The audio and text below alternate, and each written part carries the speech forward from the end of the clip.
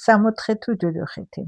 სამოთხე თუ ჯოჯოხეთი. მარადიული კითხვა კაცობრიობისა. ყველას გვიფიქრია თუ გარდაცვალების შემდეგ სად მოვხვდებით. სამოთხეში თუ ჯოჯოხეთში.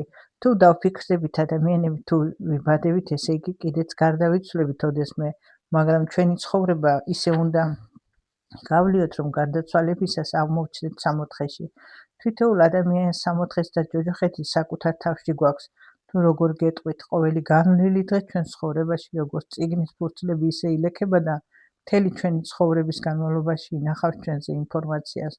თუ ცხოვრობთ სულთანათელი აზრებით, მხოლოდ კეთილი სათნო საქმეებით ვიქნებით დაკავებული. შესაბამისად, ჩვენი გონება, ფსიქიკა, ცნობიერება მოვა ჰარმონიაში.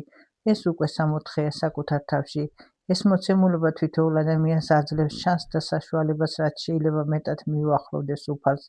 თუ ეს ასეა, ჩვენი სამოთხეში აუცილებლად მოვხვდებით.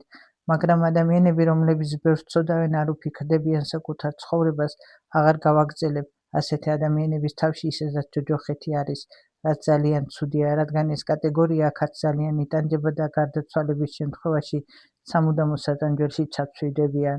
თუ ჩვენ გაგვაჩნია დადებითი მოცემულობა, ამ შემთხვევაში ვიბრაცია, რომლითაც თითოეული ადამიანი უკავშირდება კოსმოსს, უფრო ზედა დონეებს გადალახვაც შეიძლებს. რაც მეტად ვართ ღმერთთან ახლოს, მით მეტია ჰარმონია ჩვენ სულში. ეს უკვე თავისთავად სამოთხეა.